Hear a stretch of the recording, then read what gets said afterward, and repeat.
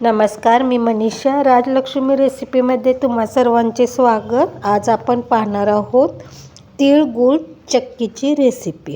चला तर सुरुवात करूया. इथे मी अर्धा कप तीळ घेतलेले आहे.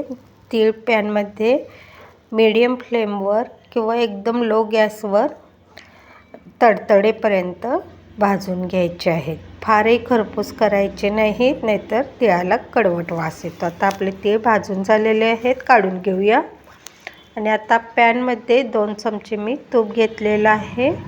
अर्धा कप तिळासाठी 1 कप इथं मी गूळ घेतलेला आहे. गूळ चांगला विरघळून घेऊया. आता हलकंसं 2 चमचे मी यामध्ये पाणी घालणार आहे, म्हणजे गूळ लगेच विरघळेल. शक्यतो गूळ किसूनच घ्यायचा आहे, म्हणजे पटदिशी विरघळला जाईल. आता 2 चमचे मी अगदी पाणी घातलेलं आहे. पहा, गूळ लागलीच विरघळायला सुरुवात झालेली आहे. आता सगळा गूळ छानपैकी विरघळून घेऊया.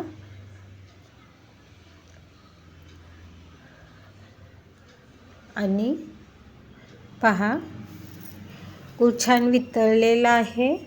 याला सतत हलवत राहायचं आहे, नाहीतर खालून करपत यायची शक्यता आहे. आता बऱ्यापैकी गूळ विरघळलेला आहे आणि गुळाला छान उकळीही आलेली आहे.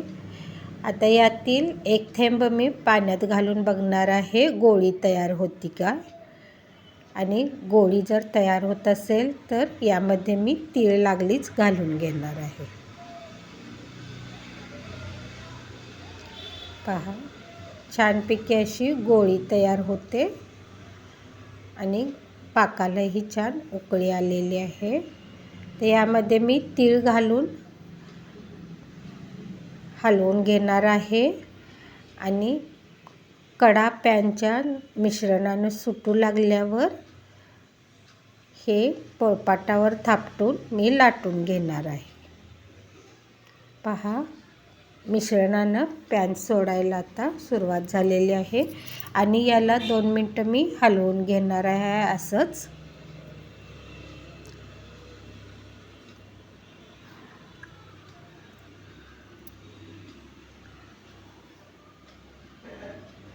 आणि आता याला पोळपाटावर काढून घेऊया. आणि गरम आहे तोपर्यंतच याला पातळ असं पसरून घ्यायचं आहे. लाटण्याला जरासं तुपाचा हात लावून घ्यायचा आहे आणि एकदम पातळ अशी चिक्की लाटून घ्यायची आहे. गरम असतानाच याच्या वड्या पाडून घेऊया. थंड झाल्यानंतर आकार व्यवस्थित येतो, म्हणून गरम असतानाच याला आकार देऊन घ्यायचा आहे. आपल्याला हव्या त्या आकारात तुम्ही कापू शकता. मी इथे चौकोनी कापलेलं आहे.